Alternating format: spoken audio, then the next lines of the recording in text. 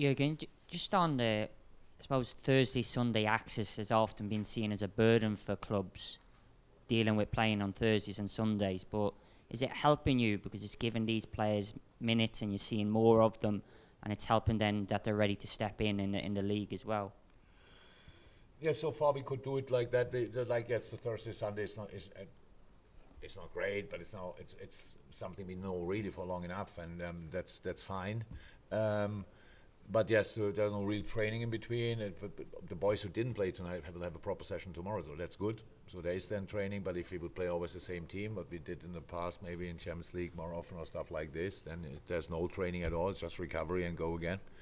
So far we could do it like that, and because we have the opportunity, because we don't have too many injuries, it's always too much, but it's still okay in the moment. Hopefully it stays like that, and that's why we can do it. It means a lot of players who played not tonight will probably start on Sunday, so for them it's fine. They had, if you want, a day off today, just warming up and kicking a few balls, and now tomorrow a proper session, and then we prepare definitely Nottingham. So yes, this rhythm is the rhythm we have this year, and we should get used to it rather sooner than later. So far it was okay. But yes, a Premier League season with European football and all the cup competition is an intense season, so we never had a problem with that. That's all fine, but you need a specific amount of recovery time. As long as you have that, we are ready again.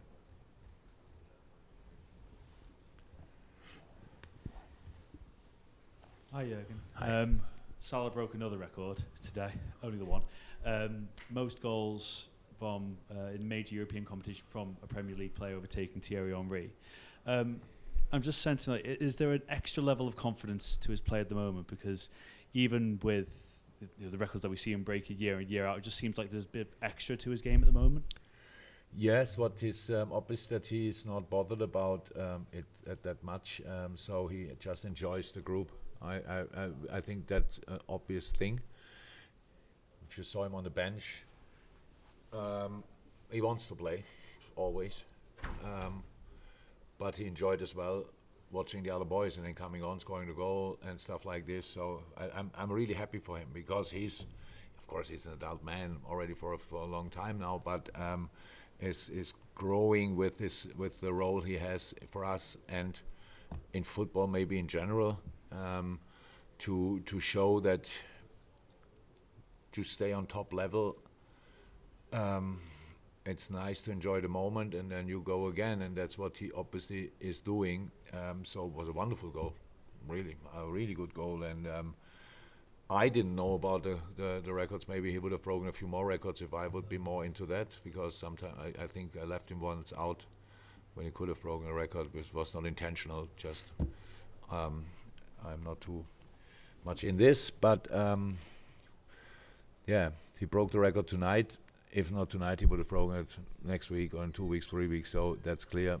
He's just such a good player, and we appreciate him, and everybody will appreciate him for sure, even more when after his career, because then you will have realized, wow, we saw something really special. Paul Joyce. Sorry, it's just on Mo again. Do you feel he's developed into more of an all-round player since he first came to the club? Because the stats say he's creating more chances this season. And have you noticed that in his game? Of course. So it's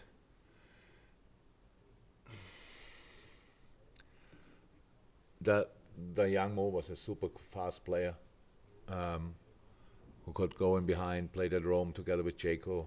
Jaco controlled the ball or deflected it, and Mo was there, stuff like this. Here from the first day he had to do different things. He adapted extremely well, but the playmaker in that front row was probably more Bobby, setting things up.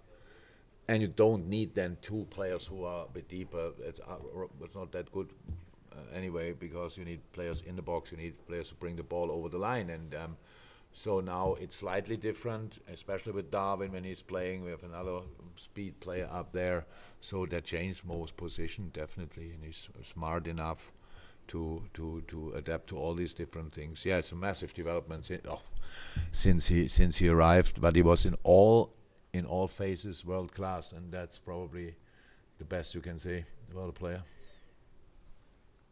Last couple. Just wanted to ask about Sunday's opponents. Forest have been sort of draw That's good. specialists of late. I thought we forgot that it's actually Nottingham Forest. Yeah, I mean, they've been draw specialists of late. Have they made themselves harder to beat? And how do you feel they've developed maybe since last season? Yeah, a lot. That's the second year, but people might say it's the second year, right? Last year, probably, yeah, the second year. In Germany, we always say the second year is more difficult than the first one. I was never 100% sure about that, but I was not too often in the second year, so I don't know exactly. But it's Steve's just doing a really good job. So changed again a lot. A lot of players are in. I really hope, not for the game, but for the occasion, that Divock Origi will be in the squad. I hope he's fit. Stuff like this, just that the people can give him a little hello.